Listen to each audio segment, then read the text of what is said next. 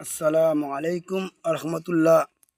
তো আমি দর্শকদের প্রতি কিছু কথা বলতে চাই।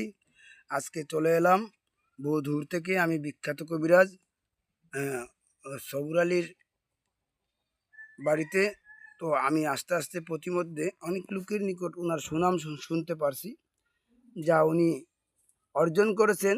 এলাকার মানুষ বলতেছে বিভিন্ন দেশ বিভিন্ন জায়গা থেকে লোকজন আইসা ওনার নিকটে কবিরাজিতে সাফল্য পেয়ে, এবং কি এলাকার অনেক লোক ওনার নিকটে আসে। উনি মানুষের উপকার করে, মানুষের উপকারেই উনি সর্বদা ব্যস্ত থাকে। তো ওনার কাজগুলি হলো বিভিন্ন ধরনের, বিভিন্ন মানুষের কাজ করা, যেমন বান কুফরি, আপনার চালান, ঘরের পরিবারকে বাধ্য করা, স্বামী স্ত্রী অমিল, যেমন আপনার জায়গা জমি নিয়ে ঝামেলা, আপনার ঋণ নিয়ে দিতে চাইতেছে না, বিদেশ ব্যাপারে ঝামেলা।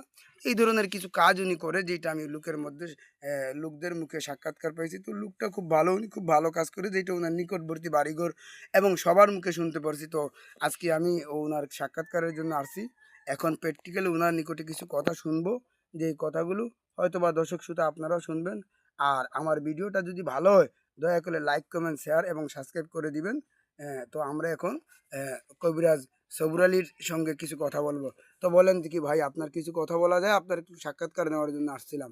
ইনশাল্লাহ ইনশাল্লাহ কথা বলার জন্য অনেক মানুষই আমার কাছে এসে থাকে। তা আমি কবিরাজ সবুর আলী। আমি কোরআনের মারফতে কোরআনের দোয়া নিয়ে আমি মানুষের অবাধ্য কাজকে আমি বাধ্য করে থাকি। যেমন স্বামী স্ত্রীর অমিল, পাওনা টাকা উদ্ধার করা, প্রেম ভালোবাসায় এবং বিচ্ছেদ ঘটেছে, এবং অনেক মামলা মকদ্দমা চলতেছে জমি জমা নিয়ে, এবং অনেকে বান জাদুটুনা থেকে মুক্তি হতে চায়, ভালো হতে চায়। সে ভালো কাজগুলোই আমি করে থাকি। তাহলে আমি কিন্তু কাজের আগে কারো কাছ থেকে আমি টাকা নিই না, কিন্তু এই কাজগুলো করাতে হলে এই যে সামানগুলো দেখতেছেন, মোমবাতি আর এই যে আগরবাতিটা, এগুলা দিতে হবে, আর কিছু কালি জাফরান দিতে হবে, আর কিছু হরিং এর চামড়া দিতে হবে। যদি প্রকৃতভাবে কাজ করতে চাও তাহলে হরিং এর চামড়াটা দিতে হবে, আর এরকম আগরবাতি দিতে হবে। এই যে দেখেন আমি একটা কাজ করতেছি এখন বর্তমানে, ইনশাল্লাহ আমি এই কাজটা আমার চলতেছে। এই মেয়ের নাম, ঠিকানা, ছেলের নাম এখানে লেখা আছে। আমি এখন এই কাজটা করতেছি এখানে। দেখেন আমার কাজটা, ইনশাল্লাহ কাজটা হয়ে যাবে।